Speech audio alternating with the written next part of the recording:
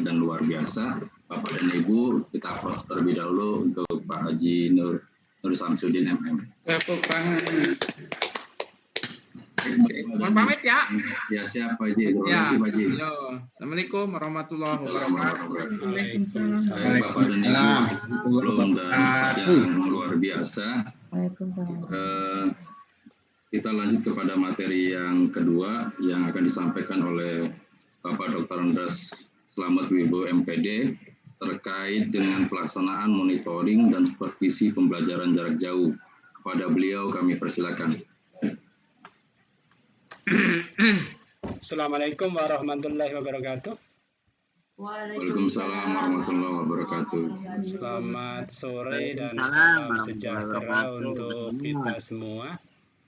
Tentunya yang pertama kita panjatkan puja dan puji syukur, alhamdulillah saya dan Bapak Ibu diberi kesempatan untuk bersilaturahmi dalam rangka meningkatkan pengetahuan kita untuk meningkatkan pelayanan kita terhadap anak-anak terutama. Saya berterima kasih dapat undangan untuk sedikit memberikan informasi ya, sharing saja, karena mungkin kemampuan saya juga masih sangat terbatas, tapi mudah-mudahan silaturahmi ini bisa bermanfaat baik bagi saya maupun Bapak Ibu semua. Bapak Ibu cukup jelas suara saya? Jelas Pak. Iya. Nah, mudah-mudahan tidak ada kendala dengan fisik saya. Kebetulan saya memang hampir 3 minggu harus istirahat karena Mbak Corona, tapi udah sembuh. Tapi ada dampak di kaki karena terlalu lama nggak bergerak. Jadi kalau duduk lama itu harus jalan-jalan dulu. Tadi sempat kaku juga kaki saya, tapi saya udah jalan-jalan tadi. Mudah-mudahan sampai selesai tidak ada yang bisa mengganggu konsentrasi saya. Oke, barangkali perkenalannya langsung aja ya. Nama saya Slamet Wibowo. Saya dulu juga lama di kurikulum. Sesi pertama saya ada 2 kali masa jabatan, 2 tahun terakhir 2006 kalau nggak salah. Kemudian yang kedua selama 4 tahun sebelum diangkat jadi pengawas. Jadi saya dengan Bapak Ibu tahu persis kondisi bagaimana kerja beratnya Bapak Ibu. Ya, saya tahu persis panggil dia telepon aja deh. Tulang punggung daripada sekolah. Oke, nama saya Slamet Wibowo. Nanti barangkali pengalaman saya baru setahun ini jadi pengawas ya. Tolong dikasih kesempatan saya untuk sharing. Belum bisa saya sharing. Di sebelah kanan option sharing ada partisipan, all partisipan. Sudah bisa Pak. Sudah. Silahkan. Okay. Iya.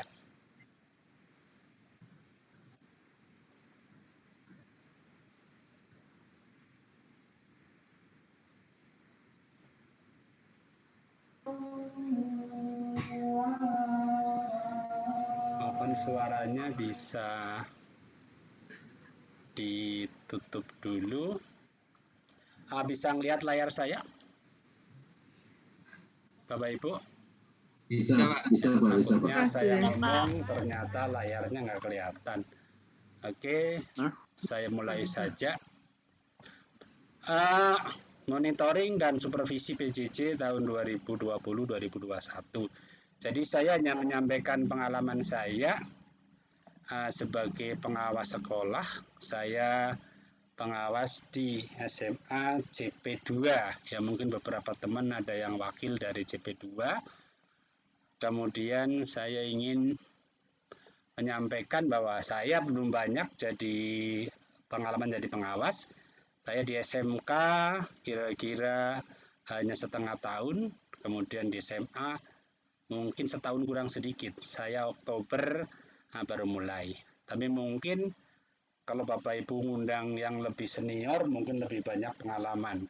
Tapi mungkin justru karena saya junior, jadi saya mencoba menggunakan kepengawasan yang di luar kebiasaan. Jadi Bapak Ibu nanti bisa bandingkan dengan kawan-kawan pengawas yang sudah mapan betul dengan saya yang mungkin masih mencari-cari. Ibaratnya saya itu masih seperti anak SMP yang masih puber begitu ya. Jadi mencari bentuk. Oke, saya lanjut saja. Karena waktu agak mepet ya, jadi mungkin saya agak banyak di skip nanti yang nggak penting. Saya ada 12 kepengawasan untuk sekolah saya. Nah, ini yang pokok saja. Kalau untuk rencana kepengawasan itu dari yang banyak itu saya sampaikan 4. Yang pertama nyusun dokumentasi kepengawasan. Kemudian yang kedua menyusun profil sekolah.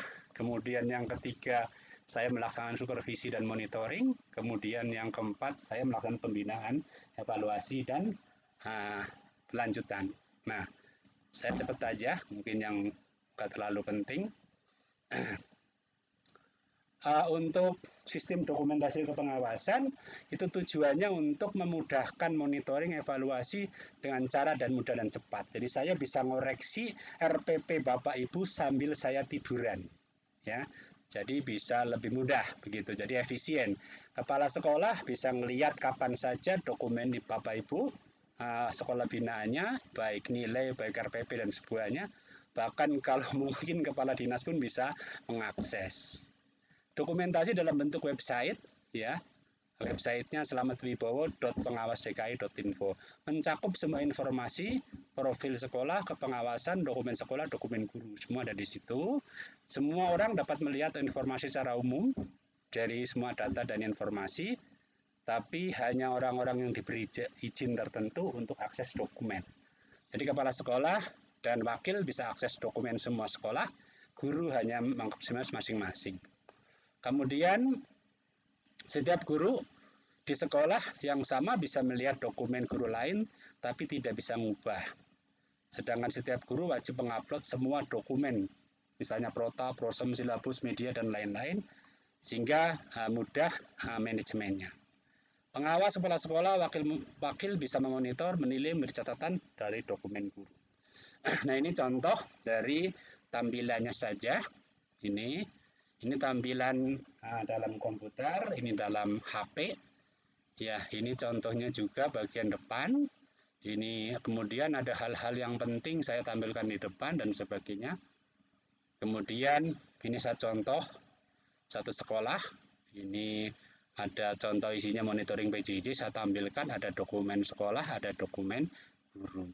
Nah, ini contohnya bahwa saya bisa mengakses, melihat semua dokumen guru di sekolah itu. Ini nama-namanya. Kemudian saya juga bisa mengoreksi. Ya, kebetulan yang saya pilih itu yang bagus. Jadi ini RPP-nya sudah benar, saya kasih tanda di sini. Kalau yang kurang benar, diperbaiki. Nah, ini saya ambil contoh dulu, sekedar melihat Bapak Ibu ya. Itu tujuannya supaya prinsipnya sekolah mudah dalam mendokumentasikan kemudian memanfaatkan. Ini saya ambil contoh SMA 5 misalnya ini di depan ada informasi penting yang terupdate. Ini bisa Bapak Ibu lihat di web pengawasan. Ini ada hal-hal yang penting ada di sini. Kemudian saya ambil contoh SMA 5. Misalnya, dan semua sama. Ini ada depannya. Ini ada profil, ada visi, ada misi dan sebagainya. Ada profil kepala sekolah. Kemudian di sini ada kepengawasan. Kegiatan saya didokumentasikan di sini. Ini monitoring pelaksanaan PJJ, satu guru ada di sini. Bisa diklik semuanya. Ini ada 2. Ini monitoring PJJ juga, jadi ada 3 sudah saya laksanakan gitu. Kemudian ini hasil angket guru. Jadi ada di sini, Bapak Ibu tinggal klik aja bisa dilihat. Ini ada profil siswa. Jadi siswanya itu apa masalahnya, tinggalnya, umumnya, ekonomi seperti apa, punya masalah apa. Nah, itu ada di sini semua, bisa dilihat. Kemudian ada angket guru terhadap PJJ, ini ada responnya, bisa dilihat dan sebagainya, terdokumentasi dengan rapih ada di sini. Gitu. Nah, kemudian selain itu saya ingin tunjukkan bahwa dokumen ya, di dokumen yang tadi yang sambil contoh, saya buka dokumen. Kalau ini dokumen sekolah yang ngisi kepala sekolah dan wakil, ini dokumen guru. Nah, dokumen guru ini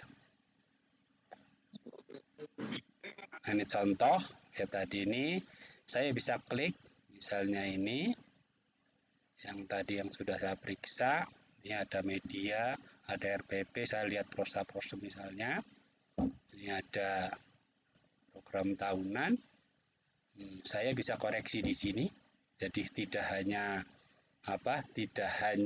melihat, tapi bisa mengoreksi, memberikan masukan. Oke, kemudian saya juga memberikan tempat untuk Bapak Ibu merekap sendiri berapa yang sudah dibuat dokumentasinya. Ada di file di bawah sini nih. Yang menyerahkan RPP dan semuanya ini, semuanya sebenarnya Bapak Ibu lihat, Bapak Ibu isi. Kalau Bapak Ibu udah bikin prosa, dicentang, diisi, RPP-nya ada berapa dan sebagainya.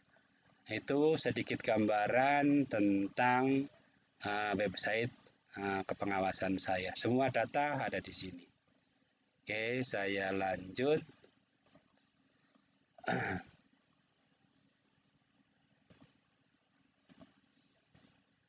Nah, ini profil sekolah, jadi mungkin saya singkat-singkat aja. Ini mungkin supaya kelengkapan aja. Nah, saya juga, karena ini lebih cenderung ke PJJ-nya ya, ini keseluruhan sebenarnya. Tapi nanti Bapak Ibu bisa baca sendiri setelah saya bagi. Nah, ini sekarang saya cerita tentang pelaksanaan supervisi PJJ. Dilaksanakan hampir setiap hari, kecuali ada kegiatan dinas. Jadi rata-rata saya memeriksa sehari 1 atau 2 sekolah. Mama ada 2 dong di dalam sana. Dengan cara yang pertama, sekolah diminta membuat jadwal kegiatan yang menggunakan video conference, Zoom atau Google Meet. Kalau terpaksa ada guru yang tidak pakai ini, boleh saya kirimkan Zoom saya, dan saya bisa melihat aktivitas di GC atau misalnya aktivitas di WA-nya, itu juga boleh. Nah, kemudian sekolah mengirim ID atau link Zoom. Ya, kalau nggak ada, saya yang ngirim. Kadang-kadang saya yang ngirim, nah, tapi umumnya sekolah yang ngirim. Kemudian guru diminta mengirim RPP. Jadi saya telah dulu RPP-nya seperti apa. Idealnya sih sebenarnya kalau saya masih offline itu, saya minta RPP-nya dulu ke gurunya, kemudian saya baca, kalau kurang bagus saya telepon ke gurunya, saya diskusiin, saya kasih tahu masukan, tolong diperbaiki. Setelah RPP-nya baik, maka saya masuk kelas gitu. Nah, ini karena waktunya memang mepet dan saya dikejar betul oleh Dinas Pendidikan untuk sebanyak-banyaknya memonitor. Jadi mungkin saya terpaksa setelah ngirim PPW saya baca, kemudian setelah itu saya baru masuk kelas. Nah, monitoring dilaksanakan secara penuh dari awal sampai akhir KPM. Jadi nggak hanya ngelihat setengah atau sepertiganya atau di tengah-tengah. Saya masuk dari awal, dari dia membuka sampai dia menutup. Jadi bisa memberikan penuh. Di akhir KPM diberi review dengan guru dan kepala sekolah. Jadi saya minta kepala sekolahnya untuk hadir di monitoring itu. Kemudian saya memberikan review kalau ada yang kurang, kalau ada yang bagus saya tentunya sampaikan juga. Jadi tidak hanya memberikan yang kurang saja, tapi yang bagus pun saya sampaikan. Kemudian kalau ada kekurangan saya tidak menyalahkan, tapi memberikan bahwa itu kurang benar agar besok lebih baik. Saya selalu menyampaikan ke teman-teman, saya tidak pernah menyalahkan kondisi apapun kepada siapapun. Saya hanya memberikan data dengan niat untuk perbaikan ke depan. Ya, jadi nggak usah khawatir bahwa saya akan menilai jelek Bapak Ibu atau sekolahnya, nggak ada istilah begitu. Saya ingin menyampaikan data agar besok menjadi lebih baik dan saya selalu memberikan solusinya, jadi tidak hanya ngomong saja. Kemudian setiap monitoring supervisi direkam. Ya, setelah direkam, kita kirim ke kepala sekolah dan gurunya sebagai bahan kajian ya. Jadi sebenarnya Bapak Ibu, kalau Bapak Ibu ngajar bisa direkam, itu akan sangat baik. Artinya Bapak Ibu tahu apakah anak udah interaktif atau belum, apakah medianya sudah apa belum. Nah, itu bisa menjadi bahan diskusi. Apalagi kalau misalnya didiskusikan dengan pengawas atau teman CMGMP, itu menjadi sangat bagus ya. Jadi Bapak Ibu guru bisa meningkat dengan cepat kemampuan atau kompetensinya kalau sering berdiskusi dan sharing dengan sesama guru. Saya ingat betul pesan dari Pak Menteri. Kalau guru kepengin cepat pinter, sering-seringlah berdiskusi, sharing, tukar pendapat dengan guru yang lain. Kalau kepala sekolah kepengin pinter, sering-seringlah kepala sekolah sharing dengan teman-temannya. Kalau pengawas kepengin pinter juga sama ya. Jadi kuncinya di situ kolaboratif dan saling sharing. Itu kunci dari kalau Bapak Ibu kepengin meningkatkan secara signifikan kompetensinya. Insya Allah cepat Bapak Ibu. Pasti kalau Bapak Ibu memahami apa istilahnya mempelajari kesulitan teman-teman menjadi bahannya. Ditampilkan di halaman depan web kepengawasan saya jika dinilai dapat menginspirasi. Jadi kalau enggak saya tampilkan, kasihan kalau jelek ya. Oke, kemudian yang kedua pembinaan. Setelah saya melaksanakan beberapa kali monitoring, saya menyampaikan pembinaan langsung ke seluruh guru dan kepala sekolah. Kemudian pembinaan juga didukung dengan data hasil angket dari siswa dan guru. Jadi saya memberikan angket ke siswa, ke guru, sebagai bahan untuk melakukan pembinaan, termasuk hasil monitoring, kemudian dan data-data lain. Untuk semester 2, saya coba pembinaan dilaksanakan satu sekolah satu. Nah, tapi ini saya coba untuk semester ini saya gabung dengan sekolah-sekolah yang hampir setara. Ini kemarin saya sudah mencoba 2 sekolah sekaligus. Alhamdulillah lebih efisien, karena kalau saya harus satu-satu itu pun tiap hari ngasih pembinaan itu butuh 12 hari 2 minggu lebih. Karena saya persingkat. Bahan untuk pembinaan antara lain hasil pengamatan dan komunikasi dengan sekolah, kemudian studi dokumen, termasuk tadi Bapak Ibu punya RPP, punya penilaian, itu sebagai bahan untuk pembinaan.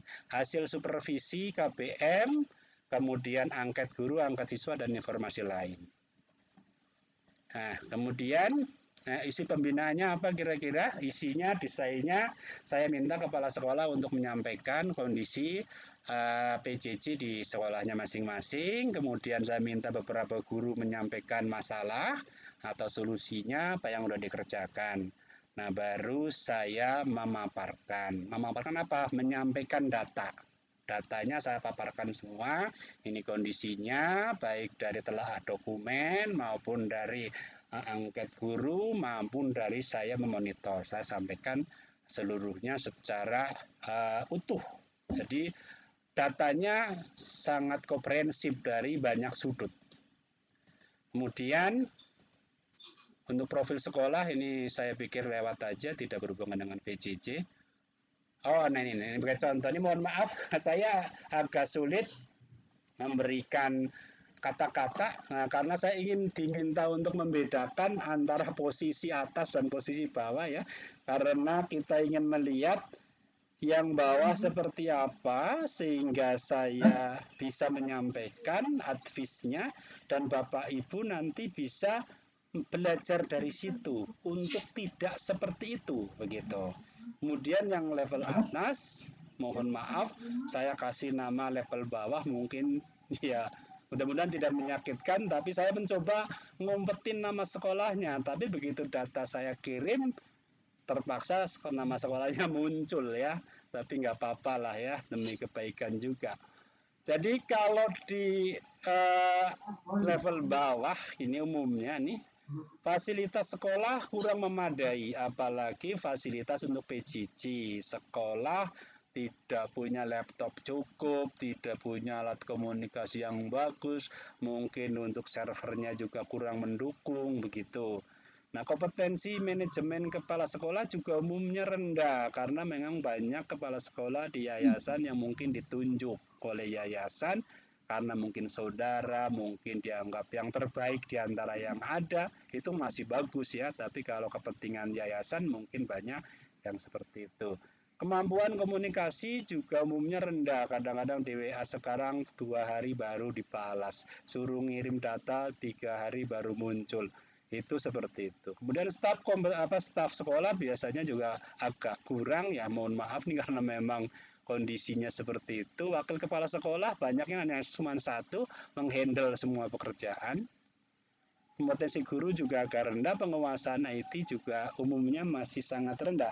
Jadi kadang-kadang saya bingung, jadi kurang guru mau Zoom aja harus didampingi orang lain.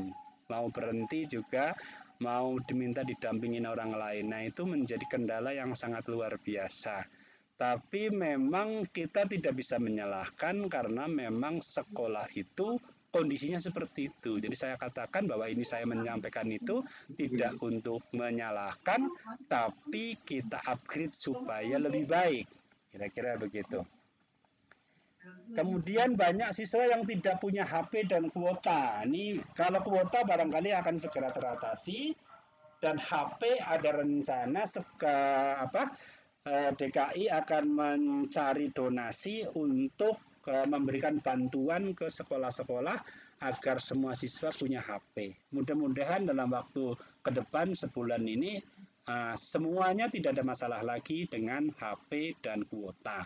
Jadi sekolah yang seperti ini tinggal bagaimana meningkatkan kompetensi gurunya untuk penguasaan IT dan teknik pembelajarannya, termasuk juga cara mengajarnya.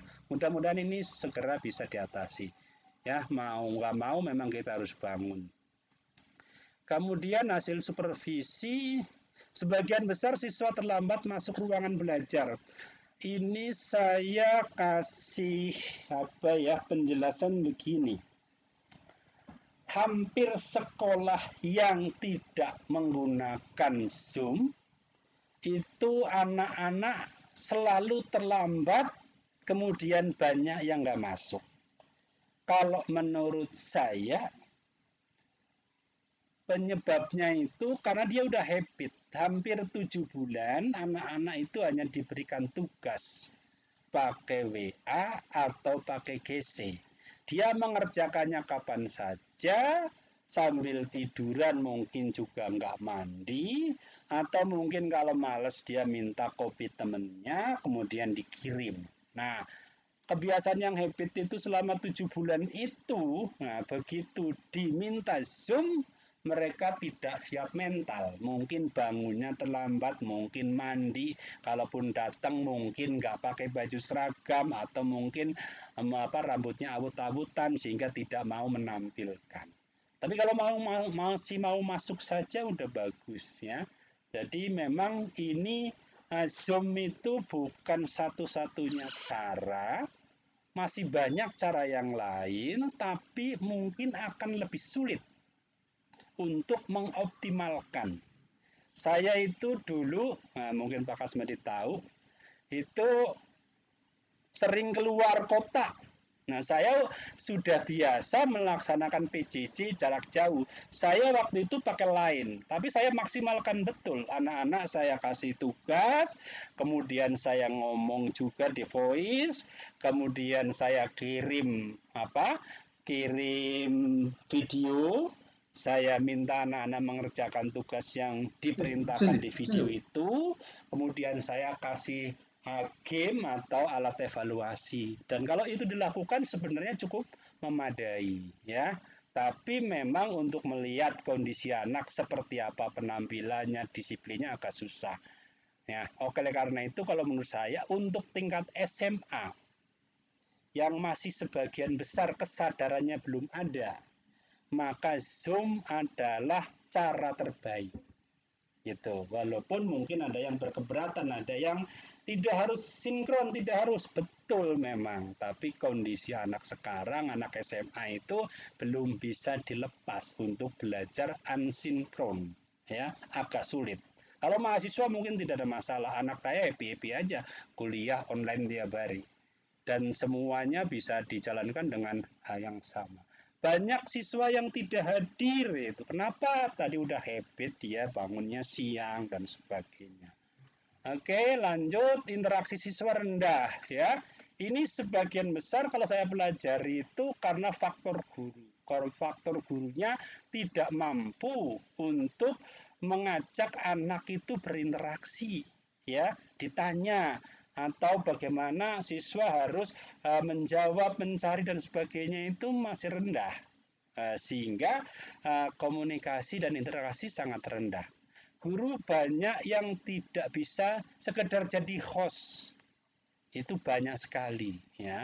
Kemudian jarang menggunakan Zoom atau Google Meet, ini yang menyebabkan tadi ya, bukan ini segala-galanya tidak, tapi sementara sebelum anak terbiasa PJJ, sebelum anak punya rasa tanggung jawab pribadi, itu kelihatannya Zoom atau Google Meet atau video konferensi itu yang paling bagus. Dan mudah-mudahan dengan sudah dibaginya kuota, maka ini terkendala, tidak terkendala lagi. Pembelajaran masih berpusat pada guru. Jadi gurunya ngomong terus dari A sampai Z ya. Itu padahal sebenarnya kalau kita menggunakan Zoom itu sebaiknya digunakan untuk interaksi. Kalau Bapak Ibu sekedar ngomong tanpa teks, sebaiknya direkam saja suaranya, dikirim ke anak, malam-malam dikirim, anak-anak suruh dengerin, besok didiskusikan. Kalau Bapak Ibu ngomong ada teks, ada gambar, buatlah video. Kemudian dikirim juga, idealnya kalau video sebagai sumber belajar, itu dikirimnya sebelum KBM. Tapi kalau video itu sebagai alat pemicu diskusi, itu sebaiknya ditayangkan pada saat KBM. Jadi karakteristiknya seperti itu. Nah, kemudian guru tidak familiar dengan IT ya. Jadi yang bikin PowerPoint pun kadang-kadang masih nggak bisa, yaitu mau nggak mau kita harus perbaiki. Bukan menyalahkan ya, jadi Bapak Ibu sekali lagi saya tidak menyalahkan siapapun, ini kondisi dan besok harus dirubah kalau kepengin PJJ-nya bagus. Guru banyak berbicara tanpa media, ngomong aja. Nah itu menurut saya itu ada 4 level ya, level untuk efektivitas pembelajaran, media untuk efektif pembelajaran. Yang pertama adalah suara. Suara itu yang paling rendah, yang kedua teks, yang ketiga gambar, yang keempat video. Jadi kalau Bapak Ibu ngomong saja itu adalah level yang paling bawah. Kalau Bapak Ibu ngomong dan memberikan teks dalam PowerPoint itu level 2. Karena anak-anak sudah bisa melihat fokusnya ke teks itu, dengarkan gurunya ngomong, fokuskan ke tulisan, itu jauh lebih baik. Nah, yang lebih baik lagi ada teks, ada suara, ada gambar. Gambar itu bisa digunakan alat pemicu diskusi. Kemudian yang terakhir kalau ada video, video itu mencakup segala-galanya, semuanya ada, itu yang paling paripurna. Ya, oleh karena itu sebaik-baiknya medianya itu lengkap. Ada suara juga, ada teks juga, ada gambar juga, ada video juga. Bikinnya susah. Ya, itu adalah perjuangan kita demi anak-anak semuanya. Kemudian guru tidak tepat memanfaatkan media dan aplikasi tadi. Jadi kalau WA itu dioptimalisasi itu cukup bagus sebenarnya. Kalau GC dioptimalisasi itu cukup bagus sebenarnya. Ya selama masih baik. Ya tapi kalau ada yang salah tadi menggunakan Zoom untuk cerita. Ya, menggunakan Zoom untuk menjelaskan tanpa ada tayangan. Nah, itu kurang tepat, begitu ya. Jadi gunakan sesuai dengan belum bisa menciptakan pembelajaran bermakna dan menyenangkan ya. Jadi bermakna itu tadi bisa bermanfaat untuk dirinya. Nah, menyenangkan itu saya garis bawahi Bapak Ibu guru. Sorry. Ini Bapak Ibu wakil yang kan guru ya. Nanti tolong sampaikan ke gurunya ya. Oke. Jadi menyenangkan itu tidak harus pakai game juga tidak. Kalau ada komunikasi yang bagus antara guru dengan anak, saya melihat sebagian besar guru muda itu intensif sekali interaksinya dengan anak-anak. Anak-anak itu begitu menyapa gurunya, nanya itu dengan enak sekali. Saya senang sekali melihat anak-anak dengan guru-guru yang begitu akrabnya dengan anak-anak. Nah, itu bisa menciptakan kesenangan. Nah, kesenangan juga bisa dibangun karena anak paham. Kalau anak nggak paham, pasti dia nggak senang, ngantuk, mungkin pergi, gitu ya. Jadi komunikasi juga penting di dalam hal menyenangkan. Kemudian tadi pemahaman anak yang mudah diterima dari materi itu juga mendukung untuk menyenangkan. Yang terakhir, kalau bisa dikasih game itu sangat bagus sebagai bahan relaksasi. Kemudian tidak ada evaluasi atau post test. Nah, itu kalau bisa sih saya sarankan Bapak Ibu setiap akhir KBM diberikan post test. Karena dengan adanya post test itu anak akan konsentrasi karena nanti di akhir waktu akan ditanya. Ya, tugas soal boleh, 5 soal boleh, sekedar untuk melihat kemampuan anak. Ya. Saya lanjut, penguasaan materi juga sebagian besar masih rendah. Oke, nah ini saya berikan contoh. Nah, waktunya ya, waduh mepet banget nih. Aduh, tinggal 15 menit ya. Oke. Lanjut. Ya, ini masih panjang banget nih ceritanya. Ini sambil contoh, ini contoh yang tidak boleh dicontoh. Ya. Oke, saya ambil contoh yang tidak boleh dicontoh. Jadi apa itu maksudnya itu? Nah, ini agak susah. Ini ada video.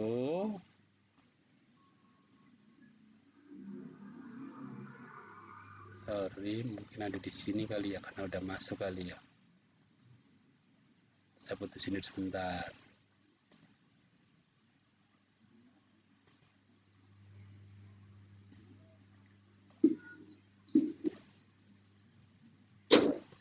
Udah baik. Contohnya ada 3 sebenarnya, tapi mungkin saya tidak melihat seluruhnya aja, saya hanya ingin memberikan gambaran saja. Nah, ini salah satu contoh nih yang tidak bisa dicontoh. Nah, ini masuknya saja hampir setengah jam anaknya baru kumpul. Selanjutnya, Tiara. Nah, ngabsen satu-satu, suruh menyapa satu-satu sambil nunggu anaknya. Nah, kemudian selama KBM Bapak Ibu guru ini cuman cerita terus sampai terakhir. Sudah berapa menit tuh masih bergabung.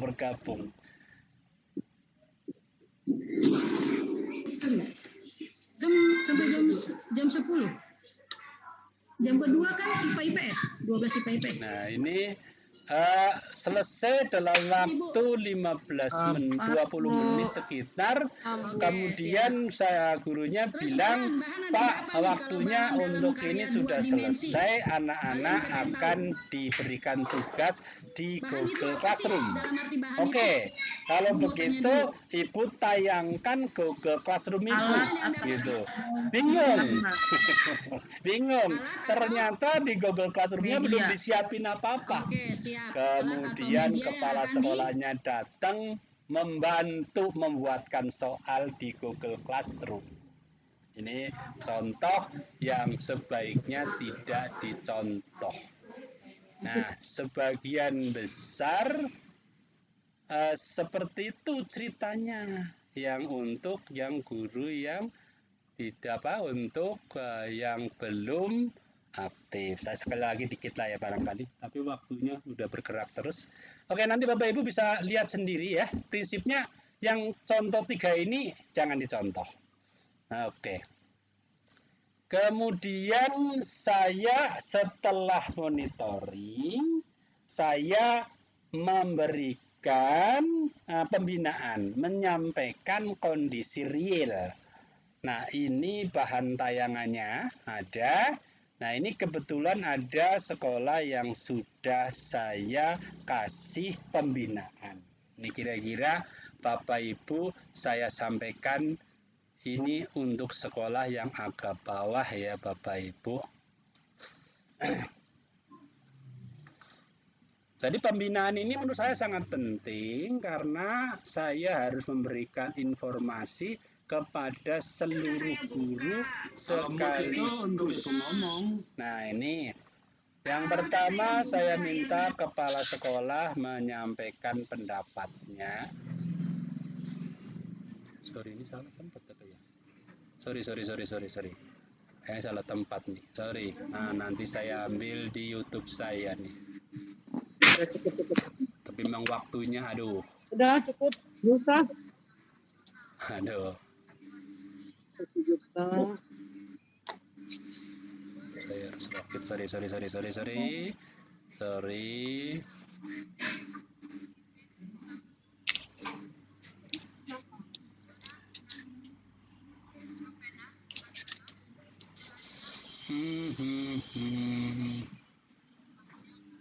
Ini kebanyakan kenumpuk nih.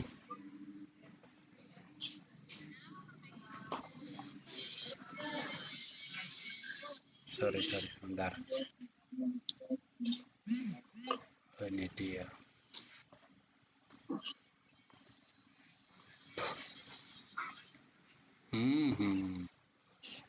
Waduh, waktunya tinggal 15 menit. Nanti Bapak Ibu lihat dah ya. Aduh, ini waktunya berat banget nih. Saya Parkir udah potong belum ya? Parkir udah dong. Oh, udah makan. Iya. Oh, ini nomor rekening belum? mohon ditahan dulu yang ngomong. Bu, dimut Bu. Datanya mana? Bacain lah mata susah. Ini saya dikejar waktu jadi tidak konsentrasi ini. Ini kita udah. Di-mute semua dulu kali ya. Udah di-mute semua. Kecuali yang mau ngomong.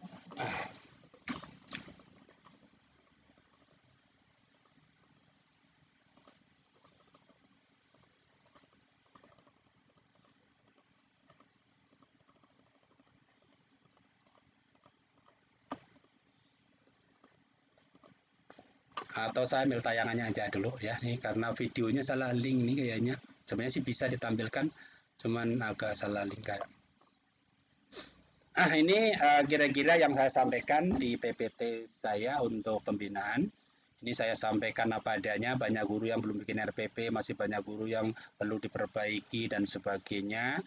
Kemudian ini ada model RPP-nya masih banyak yang belum disederhanakan dan sebagainya. Kemudian penggunaan platform masih banyak yang salah, Zoom meeting tidak digunakan untuk serama, pengaturan waktu Zoom belum tepat dan terencana. Nah, kemudian peran guru ini masih terlalu banyak ceramah dan sebagainya. Kemudian perlu ditingkatkan dalam menciptakan pembelajaran yang efektif. Kemudian perlu ditingkatkan dalam menciptakan pembelajaran yang menyenangkan. Nah, kemudian perlu ditingkatkan teknik bertanya dan diskusi ya. Jadi mungkin saya ini ingin menekankan di sini teknik bertanya. Bapak Ibu kalau bisa bertanya itu ada 2 yang paling bagus ya. Yang pertama bertanya dilemparkan ke anak secara umum, itu digunakan untuk melihat inisiatif anak siapa-siapa dan bagaimana respon secara umum, apakah anak bisa menjawab atau tidak. Kemudian hargai anak-anak yang mampu menjawab dengan tepat atau punya inisiatif. Kemudian yang kedua, pertanyaan yang dilempar langsung ke anak yang dituju. Tujuannya untuk supaya anak konsentrasi penuh. Nah, ini kalau siswa sebenarnya yang masuk itu sebagian besar sudah cukup rapi. Yang menjadi masalah banyak yang nggak masuk. Sebagian siswa masih pasif karena kurang interaksi. Kemudian sebagian siswa punya inisiatif bertanya sebenarnya. Kemudian sebagian siswa sudah punya inisiatif menjawab tanpa ditunjuk. Kemudian sebagian siswa sudah punya mampu untuk menjawab pertanyaan guru. Nah, ini penguasaan materi belum dapat dipastikan nih. Karena sebagian besar yang dimonitoring tidak memberikan penilaian secara langsung di KBM. Ya, jadi penilaiannya ada tugas-tugas saja, maka saya sarankan betul di akhir pembelajaran ada ya 2 atau 3 soal atau 5 soal untuk diberikan evaluasi. Walaupun tidak setiap hari ya, tidak setiap saat, tapi sering-seringlah. Dilihat dari tanggapan siswa, sebagian besar siswa belum menguasai materi. Itu kelihatan. Kemudian penguasaan materi siswa umumnya masih pada taraf pemahaman atau belum sampai pada aplikasi dan analisis. Nah, kemudian alternatif nih yang saya ajukan untuk sekolah-sekolah yang masih rendah. Data secara pasti siswa yang punya perangkat dan kuota dengan siswa yang tidak memiliki. Bapak Ibu, sebagai wakil mohon pastikan siapa yang punya, siapa yang tidak. Kemudian beri perlakuan khusus siswa yang punya kendala, misalnya pembelajaran di waktu di luar KBM. Seperti tadi Pak Nursam, rekam video pembelajarannya, kirim ke anaknya. Kalau mereka tidak punya HP karena HP-nya barang orang tua, nunggu orang tuanya pulang. Tapi Bapak Ibu pastikan siapa-siapa ini orangnya. Gitu ya. Jadi kalau Bapak Ibu nggak punya data, maka anak gampang. Bu, HP saya nggak ada. Bu, pulsa saya nggak ada. Gitu. Nah, itu harus dipelajari supaya betul-betul semua anak terfasilitasi. Pastikan semua guru dapat membuat RPP PJJ, media PowerPoint, dan Google Quiz. Ini standar minimal sekali. Wajib mampu membuat RPP PJJ. RPP PJJ itu adalah RPP sederhana dengan medianya media daring. Ya, jadi Bapak Ibu pastikan penggunaan WA untuk menyapa, memberikan tugas melalui Google Classroom, memberikan tugas melalui Google Quiz dan sebagainya. Kalau perlu menyampaikan media ini, medianya pakai YouTube, alamatnya ini, gitu. Itu yang disebut dengan RPP PJJ. Jadi kalau RPP PJJ tidak ada medianya, hanya siswa mendiskusikan, menelaah dan sebagainya, itu namanya masih RPP sederhana. Itu pun kalau ada 3 komponen utama. Kadang-kadang sebagian besar guru masih pakai RPP yang lama, yang sama sekali tidak nyambung. Kemudian minimal banget Bapak Ibu pakai PowerPoint, minimal sekali. Ya, sebagai media yang berisi teks dan gambar minimal, ya. Kemudian yang kedua ada Google Quiz minimal. Itu untuk menilai ya pada akhir kegiatan pembelajaran. Nah, pada kegiatan inti sebaiknya Bapak Ibu memberikan soal yang pendek, yang singkat, yang cepat dijawab. Jadi gampang direspon. Nah, ngirimnya bagaimana? Bisa pakai WA, bisa pakai GC. Gitu. Atau bisa ditampilkan saja dengan anaknya mengangkat tangan, mengangkat kertas yang dia kerjakan. Atau boleh Bapak Ibu anaknya diminta membaca apa yang ditulis. Jadi saya sarankan betul soal-soal yang ada di KBM itu sifatnya sederhana dan masih pada pengetahuan dan pemahaman.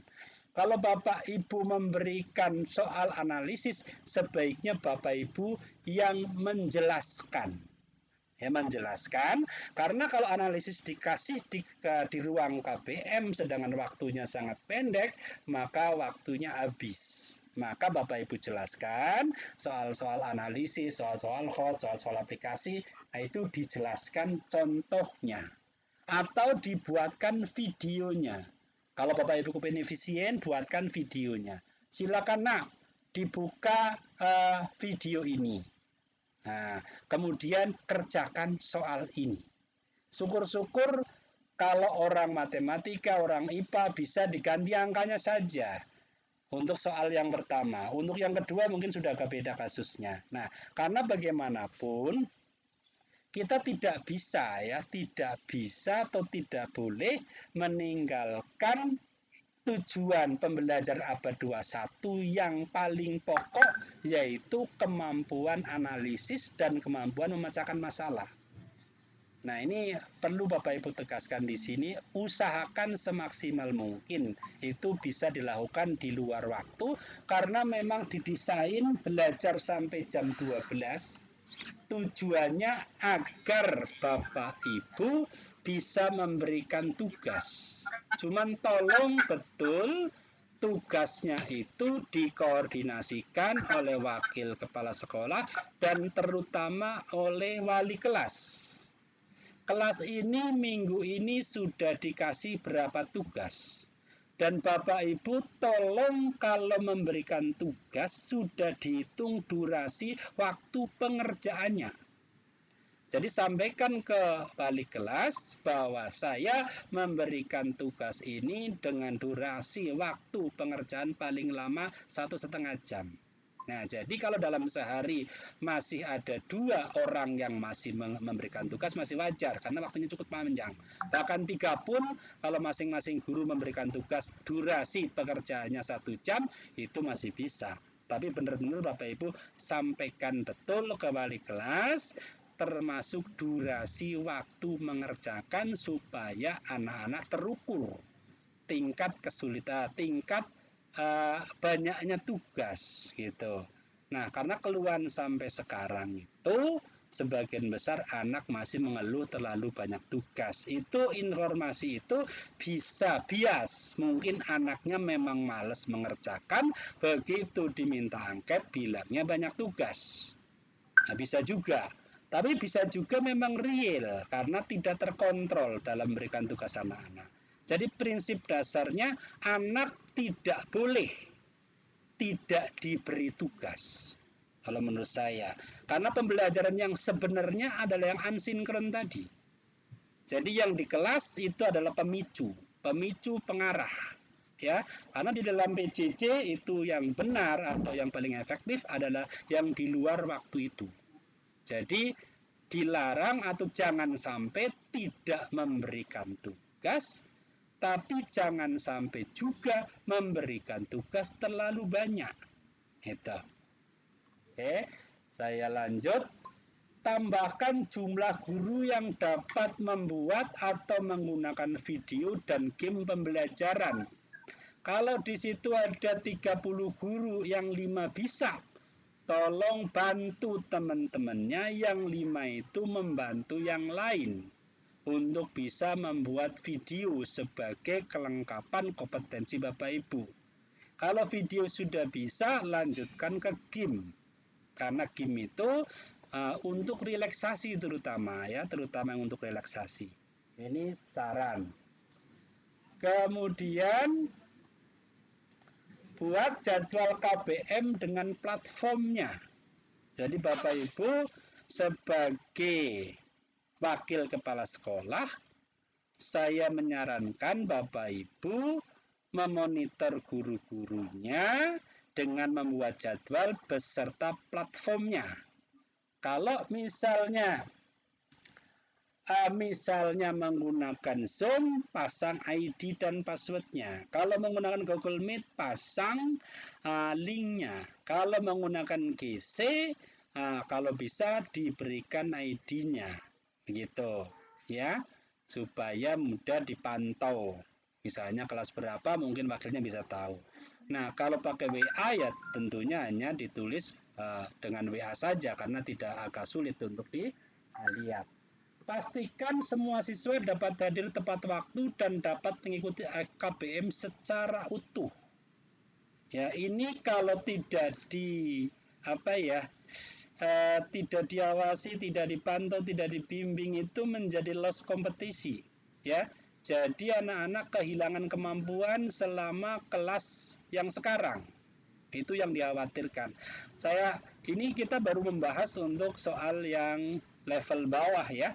Nah, ini kalau saya bandingkan dengan posisi level atas itu jomplang sekali. Jadi ada perbedaan yang sangat luar biasa antara anak-anak yang punya fasilitas, anak-anak yang ditangani, anak-anak yang disiapkan betul oleh sekolah dengan anak-anak yang seperti ini. Itu kemampuannya sangat jauh. Itu kasihan Bapak Ibu. Ya, kasihan ya. Nah. Oke, kemudian lanjut, pastikan KBM berjalan sesuai dengan platform, waktu, dan RPP-nya. Kemudian buat tim supervisi. Bapak Ibu, kebetulan di sini adalah wakil kepala sekolah. Tolong dibantu membuat tim supervisi kepala sekolah, wakil, dan guru yang dianggap kompeten. Berdasarkan jadwal yang diberikan, yang dibuat, dan isi dengan platformnya, itu akan sangat mudah. Bapak Ibu tinggal datang ke ruangan kelas yang ada sudah terisi. Karena sudah ada jelas ininya. Oke, mohon dengan sangat kalau memungkinkan ini ya Bapak Ibu ya, maksimalkan peran wali kelas BK dan buat job description. Saya sudah yakin betul bahwa wali kelas sudah bekerja keras membantu Bapak Ibu, kemudian termasuk BK, tapi tolong ditulis job description-nya, pastikan kerjanya apa, sehingga benar-benar membantu PJJ.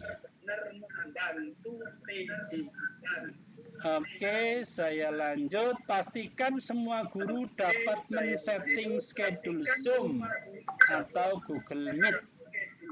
Ini masih banyak Bapak Ibu guru yang tidak bisa. Bapak Ibu sebagai wakil didata siapa-siapa guru yang belum bisa dan tolong dilatih. Karena ke depan kan kuota sudah diberikan. Kalau tidak dimanfaatkan, sayang, pemerintah sudah mengeluarkan dana banyak, tapi tidak digunakan secara maksimal untuk PJJ. Kemudian pastikan semua guru dapat menjadi host tanpa bantuan orang lain. Kalau Bapak Ibu pakai Google Meet itu mudah. Kalau pakai Zoom, Bapak Ibu boleh juga yang gratis, gampang. Asal Bapak Ibu punya email Google, maka Bapak Ibu mudah. Nah, tekniknya Bapak Ibu, kenapa berdengung ya? Iya, Pak Haji. Tekniknya, kalau Bapak Ibu menggunakan yang free, didesain secara tepat. Misalnya begini, Bapak Ibu buka Zoom pertama, kemudian Bapak Ibu jelaskan interaksi dan sebagainya, misalnya di setting 35 menit. Setelah itu sebelum 35 menit Bapak Ibu kasih soal anak-anak atau kasih tugas, tidak harus soal, tugas apa aja silakan. Nah, setelah itu tutup Zoom-nya.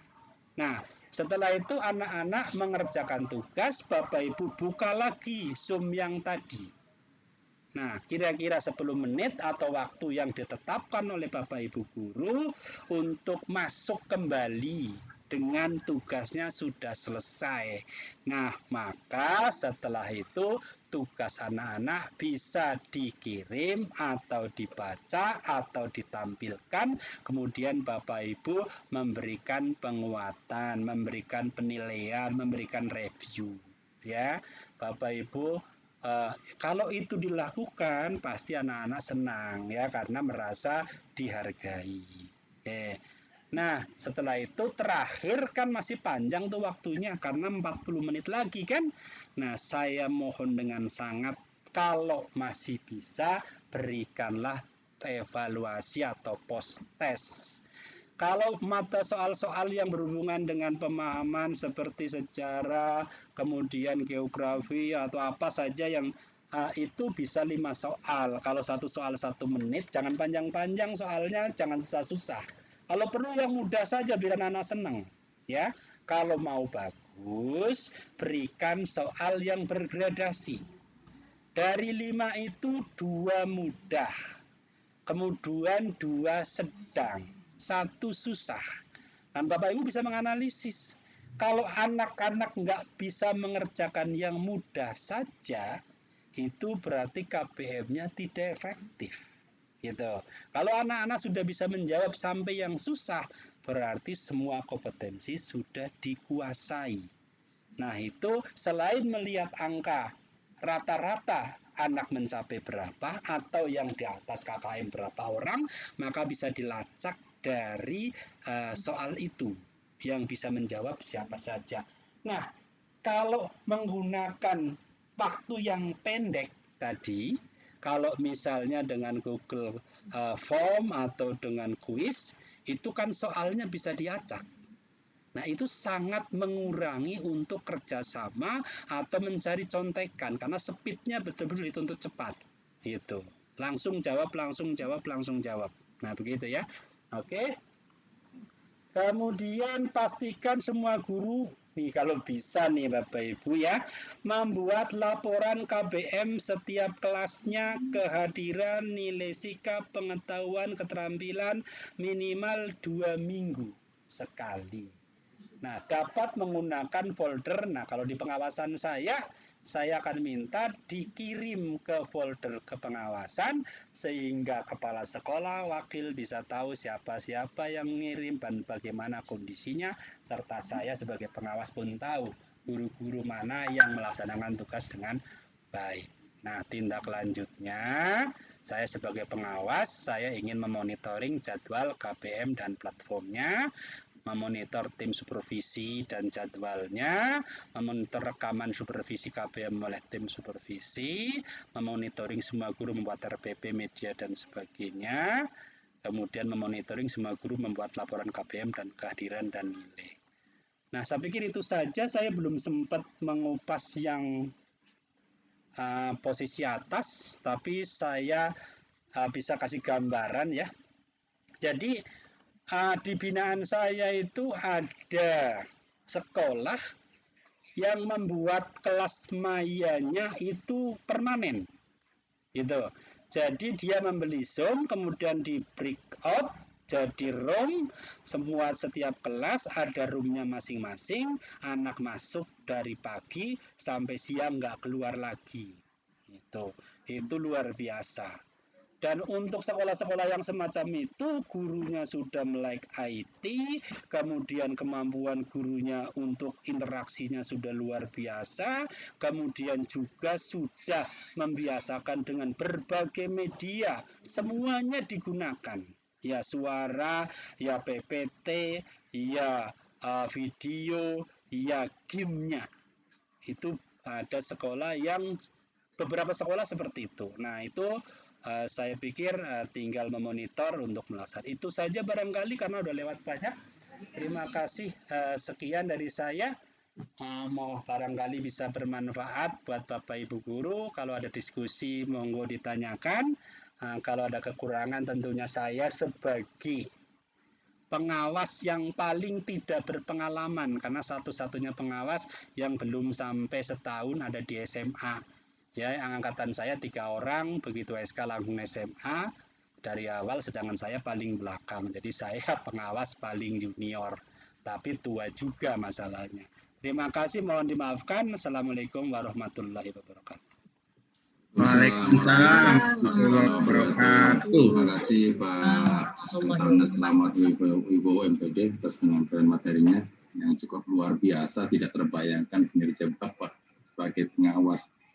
Cukup detail sekali gitu Pak ya, terutama ada gambaran bagi kami terkait dengan kegiatan supervisi sekaligus evaluasi pelaksanaan PJJ, baik itu kelemahan maupun kelebihannya.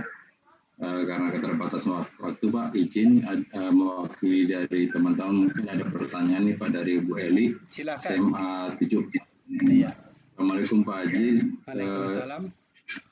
Yang dipertanyakan adalah saat kita supervisi di situasi BDR atau PJJ, apakah kita harus full Google Meet atau bagaimana Pak Haji? Mohon gitu. masukannya Pak Haji. Ya.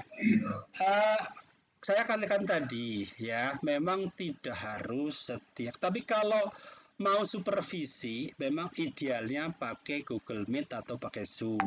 Saya katakan bahwa yang lain kalau dimaksimalkan bisa, gitu kayak tadi saya ceritakan Pak, EWA pakai lain kalau dimaksimal masih bisa, tapi agak sulit dalam arti punya kompetensi yang super tinggi, gitu, punya kesabaran yang cukup tinggi.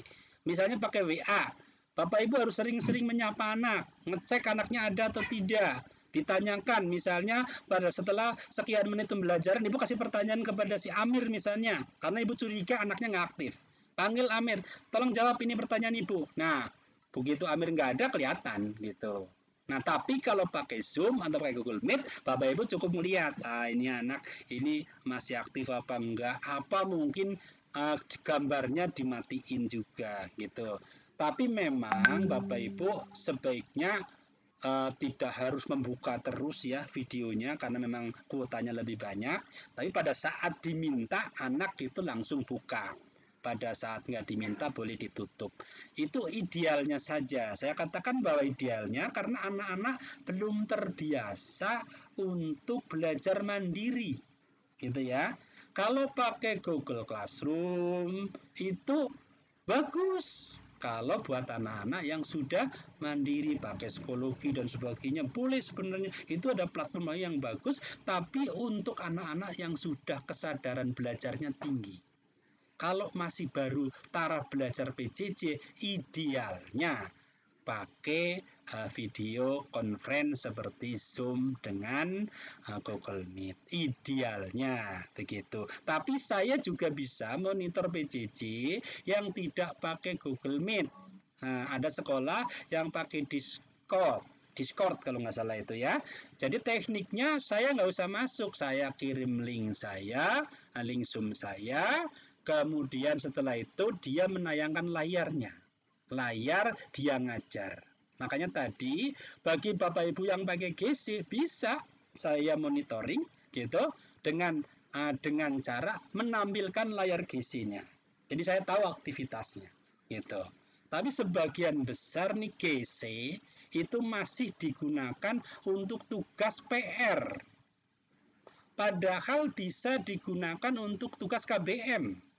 Jadi langsung begitu Bapak Ibu sambil ngajar atau mungkin pakai WA juga boleh, pakai Zoom juga boleh, anak dikasih soal yang pendek. Gitu. Yang pendek Bapak Ibu saya ingat betul nih. Kalau dalam KBM jangan panjang-panjang. Kalau perlu 2 menit anak kerjain selesai kirim gitu. Nah, Bapak Ibu langsung review gitu, dikasih penguatan, dikasih komentar dan sebagainya. Itu yang bagus di dalam ruangan belajar. Masih bisa pakai GC tanpa pakai Zoom. Begitu. Jadi gurunya pakai GC, saya kasih Zoom, kemudian gurunya nge-share layar GC-nya. Saya bisa memonitor begitu. Oke, cukup jelas ya? Terima kasih Pak Haji. Baik Pak Haji. Mohon maaf kepada Bapak dan Ibu, mungkin pertanyaan-pertanyaan pada saat ini tidak tercover semua, mungkin nanti bisa di chat ke Pak Haji secara langsung karena kita ada keterbatasan waktu. Terima kasih sekali lagi kepada Pak Haji Slamet Wibowo, semoga sehat selalu Pak. Amin. Dan terima kasih kepada Bapak Ibu Wakil Kurikulum serta staf yang luar biasa atas partisipasi dan antusiasnya untuk mengikuti kegiatan webinar yang kedua ini. Saya selaku moderator mohon maaf apabila ada kekurangan dan kesalahan. Selanjutnya saya serahkan acara kepada Bu Sri Ulina selaku MC pada kegiatan ini. Terima kasih. Assalamualaikum warahmatullahi wabarakatuh. Waalaikumsalam warahmatullahi wabarakatuh. Terima kasih Pak Asad, dan dengan berakhirnya pemateri yang kedua, maka seluruh rangkaian acara webinar seri kedua pada hari ini telah kita laksanakan. Semoga apa yang disajikan oleh narasumber kita pada hari ini dapat kita aplikasikan di sekolah kita masing-masing. Demikian harapan kami seluruhnya dan kita semua khususnya untuk keberhasilan anak-anak didik kita khususnya. Bapak Ibu yang saya hormati, terima kasih atas seluruh dukungan dan partisipasi dari seluruh narasumber dan pihak-pihak yang terkait demi terlaksananya acara ini. Dan kepada Bapak Ibu peserta webinar kami ucapkan terima kasih atas partisipasinya yang telah begitu aktif mengikuti acara ini dari awal sampai akhir. Saya pamit Bapak Ibu ya, terima kasih. Ya, terima kasih. Selamat, semoga sehat selalu. Terima kasih Bapak. Selalu. Terima kasih Bapak. Terima kasih Pak. Selalu sehat. Ya, Terima kasih Pak. terima kasih. Ya, Terima kasih Pak. Terima kasih. Terima kasih semuanya. Assalamualaikum. ya, Bapak Ibu kita tutup acara ini dengan membaca hamdalah. Alhamdulillahirabbil alamin.